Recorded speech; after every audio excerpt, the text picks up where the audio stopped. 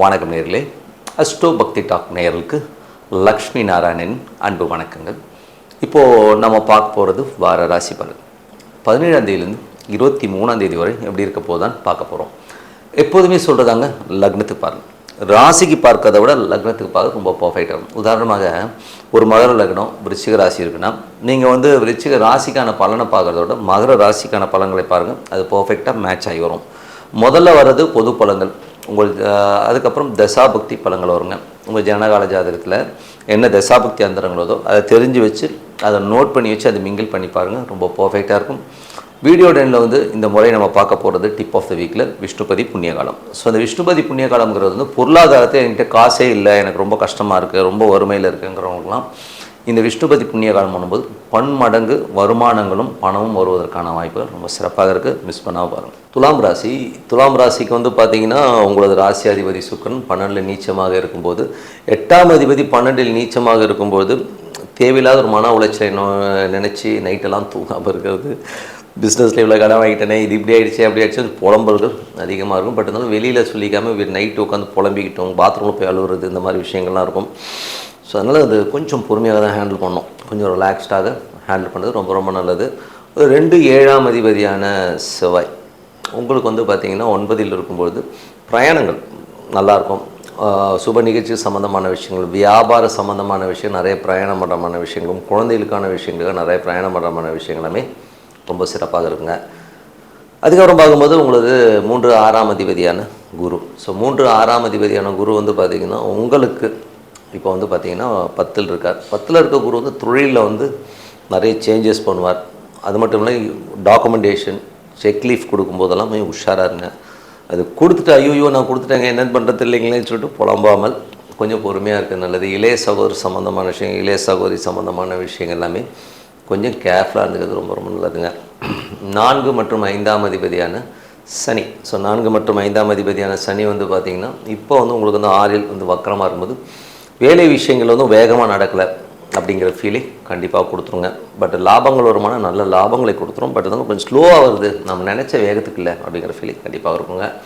அதுக்கப்புறம் உங்களுக்கு 7ஆம் அதிபதியான செவ்வாய் 9 நல்ல பிரயாணங்கள் மூலியமாக நல்ல லாபங்கள் வர்றதுக்கான வாய்ப்புகளுமே ரொம்ப அற்புதமாக இருக்குது. உங்களுக்கு 8ஆம் அதிபதி முதலே சொன்ன மாதிரி கொஞ்சம் நெகட்டிவ் தாட்ஸை கம்மி பண்ணிங்க. பெண்கள் சம்மந்தமான விஷயங்களை கொஞ்சம் அவாய்ட் பண்ணிக்கோங்க. அதுக்காக என்ன பண்ணுறதுன்னு சொல்லிட்டு புலம்பாக நடக்கும், பார்த்துக்கலான்னு சொல்லிட்டு ஓட்டி எடுத்தால் நல்லது. அதே நீங்களே பெண்ணாக இருந்தாலும் உங்களே நீங்களே நொந்துக்காதீங்க. நான் இப்படி பண்ணிடக்கூடாது, அப்படி பண்ணிடக்கூடாது, இப்படி ஆகிடுச்சு அப்படி ஆயிடுச்சுன்னு புலமாக அடுத்த கட்டத்துக்கு நம்ம என்ன பண்ணணுங்கிறத யோசிக்கிறது ரொம்ப ரொம்ப நல்லது. அதுக்கப்புறம் பார்க்கும்போது உங்களுக்கு 10ஆம் அதிபதியான சந்திரன் சிறப்பான பலன்கள், நல்ல விஷயங்கள்லாம் கொடுக்கும். ஸோ கொஞ்சம் இந்த புதன்கிழமைகளில் மட்டும் கொஞ்சம் கவனமாக பேசணும், கொஞ்சம் பச்சையாக பேசிடுவீங்க. ஸோ அதை மட்டும் கொஞ்சம் அவாய்ட் பண்ணிக்கிங்க. தொழில் ரீதியான விஷயங்கள், அந்த வாக்குவாதங்கள்லாம் அந்த புதன்கிழமை வாக்கில் நடக்கும்போது கொஞ்சம் கவனமாக இருந்துக்கிறது ரொம்ப ரொம்ப நல்லது. அதுக்கப்புறம் பார்க்கும்போது உங்களுடைய 11ஆம் அதிபதி சூரியன் நல்ல ஆட்சி பலத்துடன் இது பாதகஸ்தானமாக இருந்தாலும் நல்ல லாபங்களையும் நிறைய வெற்றிகளையும் கொடுக்கறதுக்கான வாய்ப்புகளை நல்லா இருக்குங்க. ஸோ அது ரொம்ப சிறப்பான விஷயங்கள். மற்றபடி என்னங்க, என்னை பொறுத்தவரை இதுவரை பார்த்தது பொது பலன்கள். அது மட்டும் இல்லாமல் இதில் நீங்கள் பொது பலன்களில் ஜென்ரலான விஷயங்கள் சொல்லணும். இப்போ பார்க்கும்போது தசாபக்தி பலன்கள் துலா லக்னமாக இருந்து சூரியன் தசாபுக்தி அந்தரங்கள். சூரியன் பார்த்தீங்கன்னா 11ஆம் அதிபதி ஆட்சி படுத்தணும், நிறைய லாபங்கள், நல்ல ஏற்றங்கள், கவர்மெண்ட் லீகல் சம்மந்தமான விஷயங்களில் இருக்கவங்களாம் பெரிய லாபங்களை கண்டிப்பாக கொடுத்துரும். துலா லக்னமாக இருந்து சந்திரன் தசாபுக்தி அந்தரங்கள். சந்திரன் பார்த்திங்கன்னா புதன்கிழமைகளில் கொஞ்சம் ஏடாவடமாக பேசிடுவோம். ஸோ அதை மட்டும் அவாய்ட் பண்ணி மற்றபடி எல்லாமே சிறப்பு தான். துலா லக்னமாக இருந்து செவ்வாய் தசாப்தி. செவ்வாய் 2 7ஆம் தேதி சுப நிகழ்ச்சிகளுக்காக நிறைய ட்ராவல் பண்ணுறமான விஷயங்களை கண்டிப்பாக கொடுத்துருங்க. துலா லக்னமாக இருந்து ராகு தேசம். ராகு பார்த்திங்கன்னா உங்களுக்கு 5இல் இருக்கும்போது குழந்தைகளுடைய விஷயங்களில் கொஞ்சம் நிறைய ட்ராவல், பக்தி மார்க்கத்தில் ஏதாவது ஆன்மீக சுற்றுலா, ஆன்மீக பயணங்கள், ஃப்ளை பண்ணணும் அப்படின்னா எண்ணங்கள் தோடும். அதனால் சிறப்பு தான். குழந்தைகள் கொஞ்சம் பிரம்மாண்டமாக இருக்கணும்னு பிளான் பண்ணுவாங்க.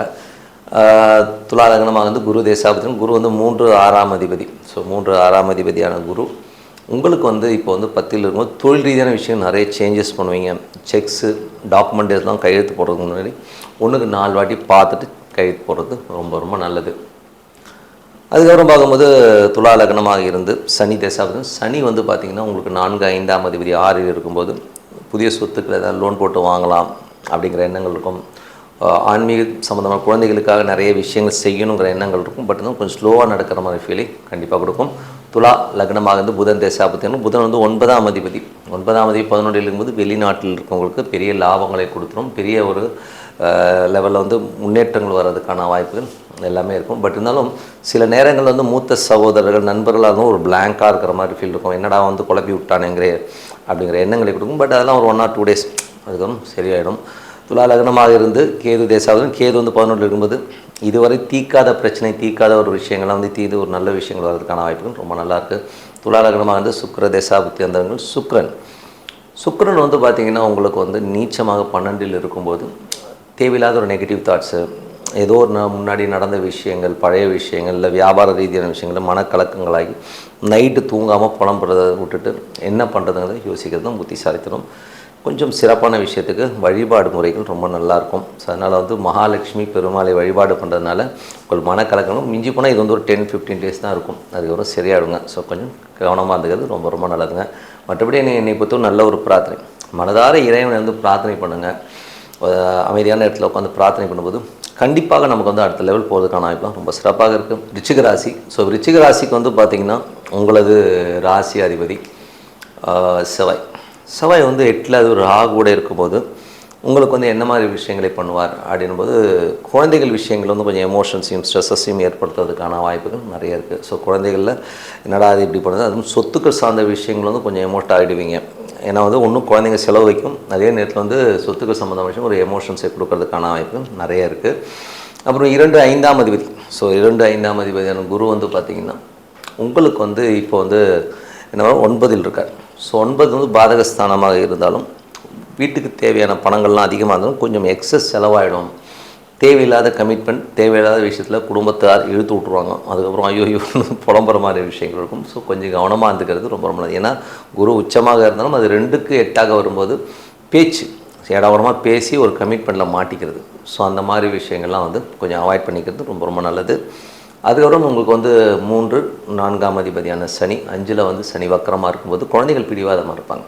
குழந்தைகள் விஷயங்கள் வந்து கொஞ்சம் கவனமாக பொறுமையாக இருக்கிறது ரொம்ப ரொம்ப நல்லது. அது மட்டும் இல்லாமல் 5ல் வந்து சனி வக்கரமாக இருக்கும்போது பிடிவாதம் மட்டும் இல்லாமல் அது புதனுடைய சாரத்தில் இருக்கும்போது அது சில நேரம் ஏமாற்றுவாங்க. தேவையில்லாத ஒரு ஏமாற்றல், மறைச்சி ஏமாத்துறது, அந்த மாதிரி விஷயங்கள்லாம் கொஞ்சம் கவனமாக இருந்துக்கிறது ரொம்ப ரொம்ப நல்லது. மற்றபடி வந்து குழந்தை இல்லாதவர்களுக்கு குழந்தை பேர் கிடைக்கிறதுக்கான வாய்ப்புகள் இருக்குது. இப்போ ஒரு ட்ரீட்மெண்ட்டோ ஏதோ எடுக்கும்போது கண்டிப்பாக ஒரு குழந்தை பேர் கிடைக்கிறதுக்கான வாய்ப்புகளை கண்டிப்பாக கொடுத்துருங்க. அதுக்கப்புறம் உங்களுடைய 6ஆம் அதிபதி வந்து உங்களுக்கு வந்து 8ல் இருக்கும்போது வேலையில் ரொம்ப கவனம் தேவை. வேலையில் வந்து தேவையில்லாத ஒரு மன உளைச்சலோ ஒரு ஸ்ட்ரெஸ்ஸஸ் ஏற்படுறதுக்கான வாய்ப்பு இருக்கனால கொஞ்சம் கவனமாக இருந்துக்கோங்க. ஏன்னா வந்து செவ்வாய் ராகுவில் போகும்போது ரொம்ப டென்ஷன் பண்ணி விட்ருவாங்க. அதனால் வந்து நம்ம கொஞ்சம் கவனமாக ஹேண்டில் பண்ணோம், வேறு வழி கிடையாது. ஓகேங்களா? அதுக்கப்புறம் பார்க்கும்போது விருச்சிக லக்னமாக இருந்து ராகு தேசாபத்தினா ராகு வந்து செவ்வாயுடைய சாரத்தில் இருக்கும்போது, அதுவும் இப்போ 8ல் வந்து ராகு இருக்கும்போது வீடு, சொத்துக்கள், வண்டி வாகனங்கள்லாம் ஓட்டும்போது கொஞ்சம் கவனமாக போகிறது ரொம்ப ரொம்ப நல்லது. விருச்சிக லக்னமாக ராசிக்காரர்களுக்கு வந்து பார்த்திங்கன்னா உங்களுக்கு வந்து இப்போ வந்து உங்களுடைய 7ஆம் அதிபதியான சுக்கிரன், 7ஆம் அதிபதி சுக்கிரன் வந்து உங்களுக்கு 11ல் வந்து நீச்சமாக இருக்கார். ஸோ சுப நிகழ்ச்சிகள் நடத்துறதுல வந்து சின்ன சின்ன மன வருத்தங்களோடு நடத்துகிற மாதிரி சூழ்நிலையை கண்டிப்பாக ஏற்படுத்தும். அதுவும் சந்திரனுடைய சாரத்தில் இருக்கும்போது கொஞ்சம் டென்ஷன் ஸ்ட்ரெஸ்ஸஸோடையே தான் நடத்துகிற மாதிரி சூழ்நிலை இருக்கும். அது வந்து ஒன்றும் பண்ண முடியாது. அதுக்கப்புறம் பார்க்கும்போது உங்களுடைய 8ஆம் அதிபதி. ஸோ 8ஆம் அதிபதியான புதனும் பார்த்திங்கன்னா உங்களுக்கு வந்து 10ல் இருக்கும்போது தொழில் ரீதியான விஷயங்களில் வந்து கொஞ்சம் எமோஷன்ஸ்லாம் இருக்கிறதுக்கான வாய்ப்புகள் கொஞ்சம் கவனமாக பார்த்துக்கிறது ரொம்ப ரொம்ப நல்லது.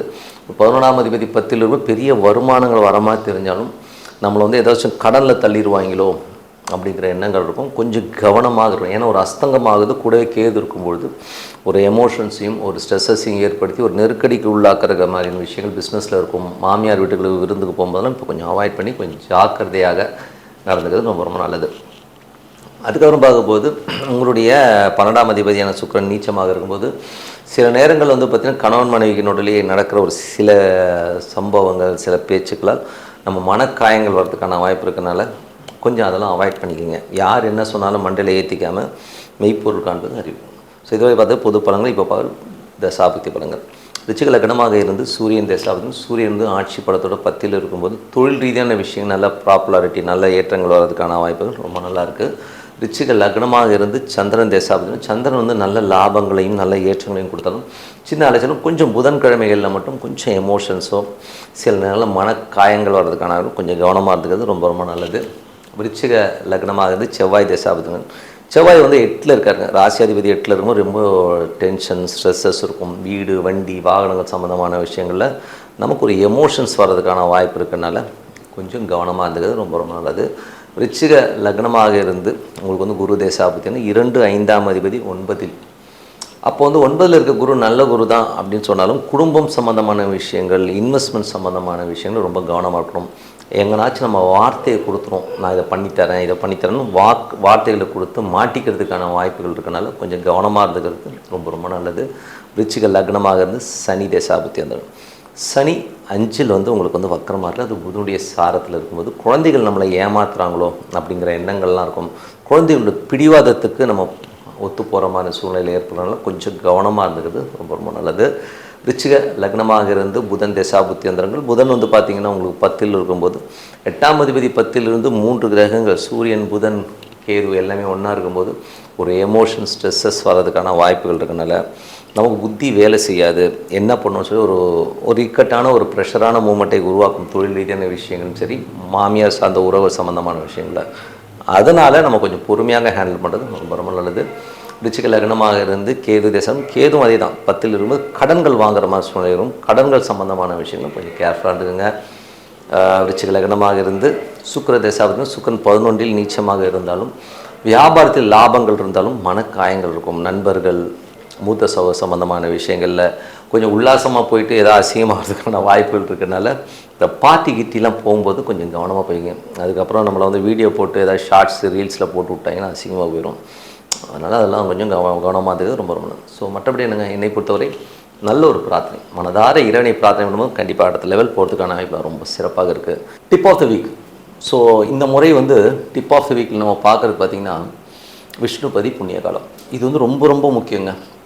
யாருக்கெல்லாம்னா எனக்கு பணமே இல்லை, யாருக்கு தான் பணம் வேண்டாம், எல்லாருக்குமே பணம் தேவை இருக்குது, பட் எனக்கு பணம் இல்லை, பணம் வந்து ரொம்ப கஷ்டப்படுறேன், பேங்க் பேலன்ஸே இருக்க மாட்டேங்குது அப்படின்னு நினைக்கிறவங்கெல்லாம் இந்த விஷ்ணுபதி புண்ணிய காலத்தில் போய் நீங்கள் வந்து வழிபாடு பண்ணும்போது ஒரு பெரிய காசு வந்து நமக்கு வரதை வந்து தவிர்க்கவே முடியாது.